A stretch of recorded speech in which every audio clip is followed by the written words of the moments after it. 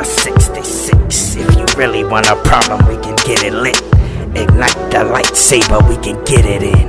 Ignite the lightsaber, we can get it in. Execute Order 66. If you really want a problem, we can get it lit. Ignite the lightsaber, we can get it in. Ignite the lightsaber, we can get it in. Your arrogance blinds you. Master Jedi, the Sith is a kiss and even more Deadeye. Show starts now. Like it, do it, subscribe. Do it. Execute Order 66. Welcome, as Lord Sidious himself has returned in some capacity. Yes, Caldero from Watch the Pot YouTube, WatchThePot.com, Watch the Pot t-shirts, all that shit. We Love It Raw. All of that fun stuff. What resurrected me was the voice of Palpatine. Sheev Palpatine. Well, I am glad to be back on the microphone. I have my logo ready. I have just the enthusiasm to make this for the people. So I've been gone for a few years, especially musically, especially making videos. But this is the first rebirth of the page. It's going to be a new vibe. It's going to be a lot more chill. It's going to be a lot more just focused on what I want to fucking talk about. Different shows, smaller shows, straight to the point shows. And this is the first one back. So I want to talk about, obviously, the episode 9 teaser trailer. It's the longest fucking teaser trailer I've ever seen in my life. But guess what? I wanted another minute and whatever, and 30 seconds. Because this movie, I may be speaking out of term, is going to connect all 9 movies. The fact that you're bringing the boss of all bosses back, Sidious, that says it all. Let me break down the trailer very vaguely, but excited. I'm not going to stretch along talking about stupid shit that doesn't matter. Straight to the point. So here we go. The imagery of Rey in a calmness breathing, hearing the TIE fighter coming from a long distance. You can tell that she's been trained by the books that she's taken. And she just has a calmness to her that she didn't have in the other 2 movies. You felt it a little bit in episode 8. But this one, her on that desert planet, whether it's Jakku or Tatooine, it's a calmness that she has that you cannot. And then when the TIE fighter finally creeps slowly and she does the flippity flip, holy shit balls. That was the money shot that casual fans need to be like, oh, it's Star Wars, pew pew. I like that too. That was awesome, but that was for the public that's like, oh, there's another Star Wars movie coming out. I'm dope. Sounding real cool. Yeah. But that was amazing. So apparently Let the Past Die didn't necessarily mean he was talking about his helmet. Kylo Ren, the leader of the Knights of Ren, is getting some gorilla aped, angry weirdo from somewhere, recrafting his helmet with like kyber crystal style looking within the cracks to fill it in. So it's same helmet back, but just restructured in a more. It kind of, to me, the helmet matches more with his lightsaber. That they're both unbalanced, corrupted things. And that is who he is. So the helmet just elevates more into who he is as a person. So say what you have to say. It still looks cool. Actually looks cooler than before because it has an edge to it. Let's talk about Lando Calrissian. Lando is back with his love, L3. Is it L3, I believe? So, watching Solo, it really connects you to him being excited about being in the Millennium Falcon. Because now we as an audience, we know that L3's whole database, whole way of thinking into getting out of bad situations is engraved in the ship. That's the last Star Wars movie. So Solo was the last Star Wars movie we saw. So that information connects the dots. Similar to when, in Captain Marvel, it took place in the past, but it helped you connect dots for this current canon that's moving forward. But it's awesome to see Lando back. It would have been blasphemy if he wasn't back. The new droid, little cutie pie, you thought BB-8 was cute. No, he got a little cutie pie with him. I think that's cool. I mean, not the biggest droid guy, but hey, it looks cool. It's cool for the movie. Let's go. So there is a scene or a shot, I would say, of, I believe, Leia Organa holding on to the medal that she gave to either Han or Luke. And that, I don't know if that's going to mean anything or if she's just reminiscing, but that's a really cool thing to go back to, remind you from episode 4, the original movie, to feel like, okay, all of these things are connecting. And the nostalgia for people that need that heavy nostalgia, for them to feel like, oh man, I'm 7 years old again. And they're kind of doing things like that. And J.J. Abrams is that guy. He's the nostalgia guy. That's what episode 7 was. If you watch that episode of South Park with the member berries, I resaw it recently. And there's like, the government went to get J.J. Abrams to redo the national anthem because he's the greatest of rebooting things. So he's giving you that. Episode 8 did enough of a mind fuck to make you feel like, oh, I need some nostalgia and I need to feel good in this next movie. So I'm cool with all of that stuff. Well, let's get into the nitty gritty. Oh, by the way, really cool shot of Kylo Ren fighting. It looks like an all black dressed person. I'm not sure if that's a Knight of Ren or if that's just someone dressed in all black or whatever the case may be. The planet looks really cool. It has like a red hue over the whole planet. I'm not sure if that's a new planet or they're revisiting an old planet or whatever. But it's a really nice shot. And Kylo Ren is by far my favorite new character in the trilogy. He's multi-dimensional character. It's more depth to it. It's not like the old guard that either things are black and white. No, this guy is a complicated guy. He can kill his father, but his mother, it's like, he has layers to, this guy has layers to him. But to the nitty gritty, as I was alluding to earlier. So, Luke Skywalker is narrating the whole time, saying that Rey is going to lead this new generation of the Force. And you see a shot of the Death Star broken on a planet where Rey and Poe and them were looking down at the ashes of that big piece. And Luke says, no one's ever really gone. And then it fades away and you hear the laugh of Darth Sidious.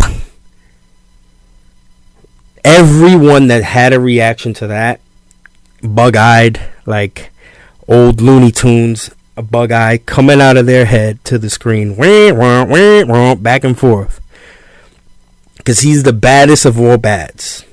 And I've actually had this thought a few weeks ago, like how can Darth Maul survive, get cut in half and still survive? And he is 1,000 times weaker than Sidious.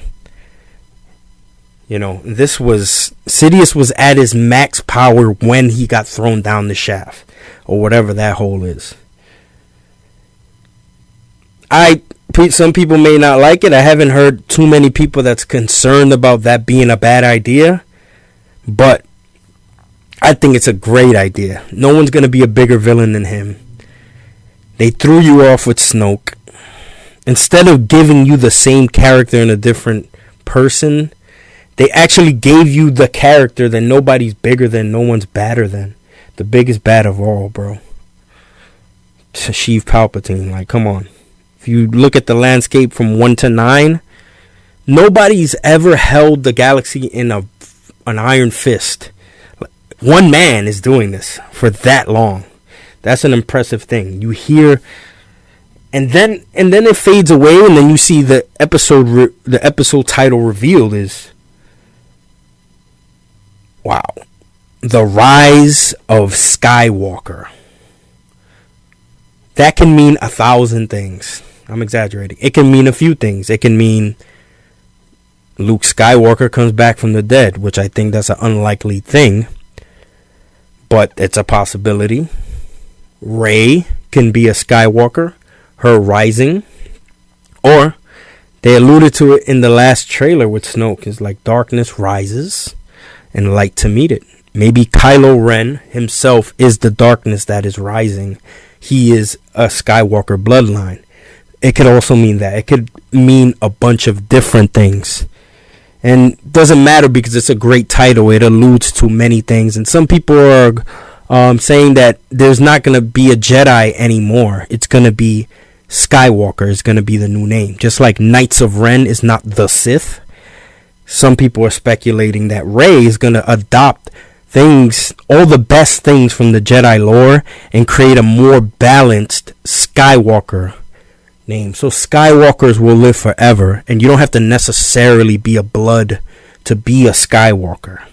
Skywalker will be the new guards of the galaxy, the new light to compete and contest against the dark. So who knows? There's many theories, but it's a good name because it helps you think and it helps discussion. So that's awesome. So just news that happened outside of the actual trailer. So after the trailer finishes, if you were lucky enough to attend Star Wars Celebration, the actor himself that plays Ian McDiarmid came out, and he actually did his laugh. You know, you hear the laugh and he comes out. So he says, "Roll it again."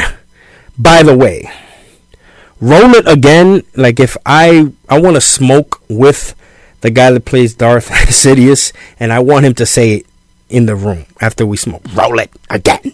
Do it. That'll be a dream of mine. But anyway, he comes out, he says, "Roll it again."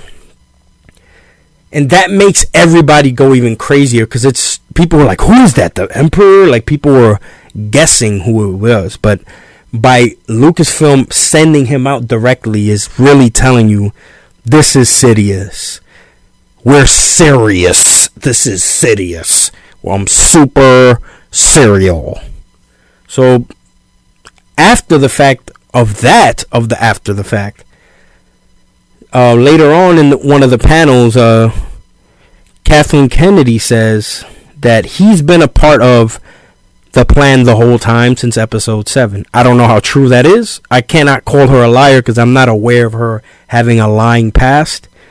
Maybe you can let me know in the comments if that's true. I'm cool with correcting myself. Put a video underneath showing me, boom, she said this and she's full of shit and whatever. I'm cool with it. But what she's claiming is this has been the plan since the beginning. And that kind of, if this is true, because, who am I going to believe? The person that's ahead of Lucasfilm, or I'm going to believe trolls on the internet, which a lot of the trolls I listen to and I respect. So that's not even, I can be a troll sometimes. But the point is, on Collider, Christian Harloff, one of my favorite people to listen to when it comes to Star Wars, especially.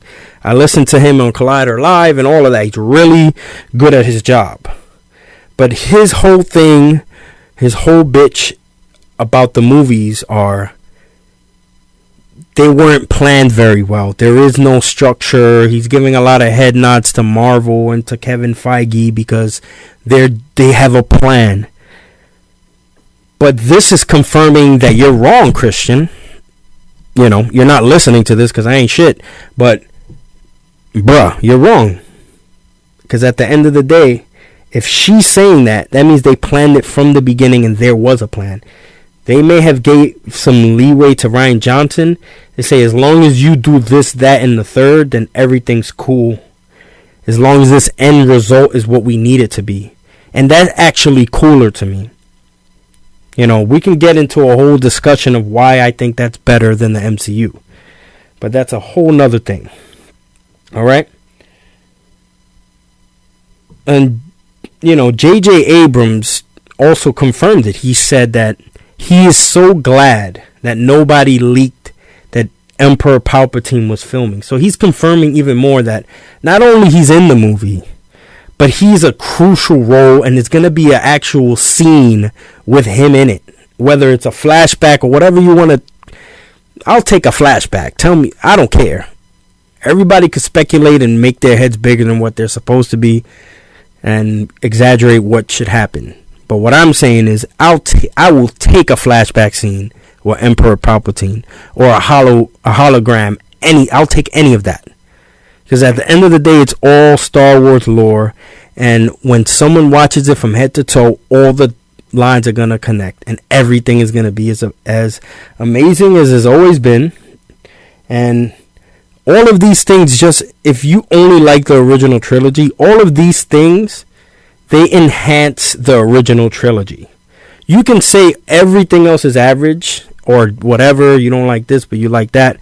But I guarantee you, when you rewatch those original films, it's all better than it was before because that's all enriched. That's how I feel, you know. But whatever. That was the scope of the trailer talk and episode 9 talk. Star Wars Celebration was long as fuck. So I'm just going to move on to Galaxy's Edge. One really cool thing that really stood out to me is that in the actual park, when you're in it, they're going to sell Coca-Cola products because they need to make money and they need to promote themselves. But they're going to have as I'm going to show you on the screen, they have specifically made Coca-Cola products that look like detonators or whatever they are in the Star Wars land. So it kind of makes you feel like you're in that land. Even when you're getting something to eat, something to drink, it's all immersed. You're immersed in it no matter what. Even buying a fucking Coca-Cola, you feel like you're there. And I hear this stuff about like when you see like words written somewhere, if you scan it and there's like scanners to like go to an app, then it's going to translate those things and it's going to tell you what those things mean. And that's really living in a world, which is so amazing. And they did make a good point.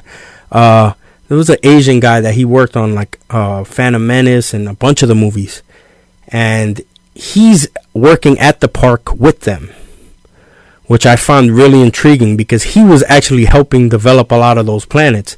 So he said the hard part now is making those things real, because a lot of things could be corrupted with CGI, but these things have to stay forever, you know? So this took a lot of effort to make realistic versions of what we fantasized about for the last 40 years. So I think that's really cool, and I can't stress enough that I want to go to this park. Like, Galaxy's Edge is going to be beyond what we can even comprehend. It's going to be really fun. Even if you don't like Star Wars, you're going to want to go to this shit, because I want to go to that Harry Potter messed up there, that Harry Potter world, which is really, like, from what I hear, I don't even like Harry Potter like that per se, but the world itself, when you're there, you're going to feel like, wow, I'm in a world. And when I want to go to that Toy Story land, that is also something that I'm really interested in, because I'm into Pixar big time. So just, it's just amazing. I'm not going to talk too much about that, but it's really cool and really amazing. I want to get into the games a little bit. There's a VR game, a Vader themed VR game, I believe. And I don't know too many specifics of it, but it's really cool. And what I'm interested in is the actual canon videos that connect to the movies, because cool, I'm not a gamer, but I will watch those clips like I did for Battlefront 2. I saw all the Kylo Ren clips, all the things that connected literally to the films. That's what I was interested in. So as long as those games do that for me, I'm satisfied, because the games themselves, I'm just going to have to hear from other people that I actually know that like playing video games to play them and let me know, hey, what you thought, whatever. But I'm really more interested in the canon. And the other Jedi game that's going to be more of you're a Jedi, traditional type of Jedi. A lot of people are going to like that game. Those games are going to be fun if you're into games. I'm personally not a big gamer guy, but I'm going to watch all the clips and I'm going to have fun. So I kind of wanted to do the reaction to episode 9. I told myself I'm going to have my logo ready for the show. I'm going to have this ready, this, that, and the third. But I didn't take to account that it's Star Wars Celebration. And if I'm going to do a show once a week, I might as well wait a few days, get the trailer, talk about the games, talk about whatever else comes out, and The Mandalorian and Clone Wars. So I'm like, fuck it. This is what I'm going to do. I'm waiting an extra few days and I'm going to just do that. So here we are. Today is the day that we're on a Sunday here. Today is the day that they actually showed the Mandalorian clips, and then they had like a leaked video of like behind the scenes for the Mandalorian, which is really nice looking. Excuse me. Really nice looking. The concept art is beautiful. It's exciting, but it's also a lot of nothing. It's a lot of, hey, there's a show coming out. Like, get ready for The Mandalorian. This is going to be the first thing since 5 years after Return of the Jedi. That's cool. Like, I think it's cool, but I cannot get excited with a thing that I don't know. I don't know these characters. It's a new Mandalorian character. They're on Mandalore. I'm aware of the environment, but I'm not as excited as I am for the final season of Clone Wars. Obviously, that's easier to say because we're invested in Clone Wars. It's seasons and seasons of Clone Wars, and it's also movies that have those characters connected to Clone Wars that we can all attach ourselves to. But whatever. I actually really enjoyed the Clone Wars trailer. Ahsoka Tano is prominent in this shit. It feels like they changed the main character of the show to Ahsoka Tano just for the last season. Maybe that's just trailer manipulation to make us, because Ahsoka Tano over the years is important all of a sudden. Like Mystique all of a sudden is like leading the X-Men when every other iteration she wasn't in charge of jack shit. But since Jennifer Lawrence is hot right now, hey, she's leading the X-Men now. But, you know, but this, in this case, I really like, because Ahsoka Tano is one of my favorite characters in Star Wars, period. I would have to really chop down my list and really think about it, but top 5 Ahsoka Tano for sure. Especially in the light side. If I had to pick like top 5 Jedis, she's in there. Or light side users, whatever you want to consider her. But it's really cool how they have her living in the underworld after leaving the Jedi Order. It's kind of grounding her. Good word, good word to use, because she's like under the ground. She's not even on flat surface. She's like below where the people's people are. The people that no one cares about. That's really awesome. The big reveal. And these reveals, the episode 9 reveal and this reveal at the end for Clone Wars final season. Darth Maul, baby. I don't care how many times you bring back Darth Maul and whatever crevice you want to put him in the galaxy, whatever timeline you want to crevice him in there. Darth Maul is one of the coolest villains ever. And if you thought of that just because, in episode 1 he looked cool with the double blade, yeah, that's cool. But the history within Clone Wars and the history in Rebels all mixed in together with the movies, and then they threw him in Solo. He has a rich history in this, and he's cool as fuck. He looks cool. He always looked cool. And now he's a deeper character than he's ever been. So Darth Maul is returning. Look, guys, I really appreciate you if you listen to this, because I'm going to have like 4 or 5 views this time. But this is going to happen every week. So this is just my excitement coming back. And I'm going to talk about something every week, because this is the beginning of episode 9 talk. Guarantee you every week there's going to be something to talk about. This is an extra long episode because, one, I've been gone for a long time. I haven't done a podcast in 2 years, and that was a wrestling podcast. And that was that feels like so long ago. It might have been more than 2 years ago. But, and two, like, this has to be long because it's Star Wars Celebration, and I'm doing a bunch of reviews for a bunch of different things.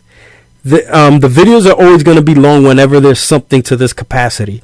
Most likely, if I like when I do it on another show on Watch the Pot, Marvel type of thing for Endgame, it's going to be a longer episode because it's a fucking 3-hour movie, and the speculation behind it and all that. So this is going to be the longest video or audio, however you want to perceive it. I know this picture is flashing. Don't fucking slaughter me in the comments, or you fucking nerds and shit. But you know, this is the beginning of me increasing. I'm gonna slowly buy a couple more things, make things easier. I'm gonna probably get on video in a little bit. I just wanna dip my toe in the water, you know, a little toe in there, and get my voice back working again. And then when I figure that out, get the editing all locked down, I'll take another step and I'll start making videos. And maybe I'll just do videos for big events like this, this type of thing, but next time it would be in video, maybe with someone else that's into Star Wars, or if I do another show and they're into Marvel stuff, I'll bring someone heavy into Marvel and we talk about it like that, or we argue, because I love arguing about movies. If you know anything about me, and whether it's rap music, movies, or anything entertainment wise, I'm big on debating. I love debating. As long as we stay respectful and don't take personal shots at me, we could talk about all day whatever, that I'm an idiot for not liking this versus that. Like, that's me all day. If you think I'm mad at you because we were talking about movies, I was not mad at you. It's fun for me. So if I get to engage with you in the comments and you want to tell me episode 8 sucks, we can talk about that, because I love arguing with people that hate episode 8 because I think you're dumb. Sorry. I just think you're dumb. Well, anyways, this is AS Caldero, and I'm going to be back next week. I don't know what the hell I'm talking about, but I'm sure it's going to be episode 9 related, or Clone Wars, Mandalorian. Tis the season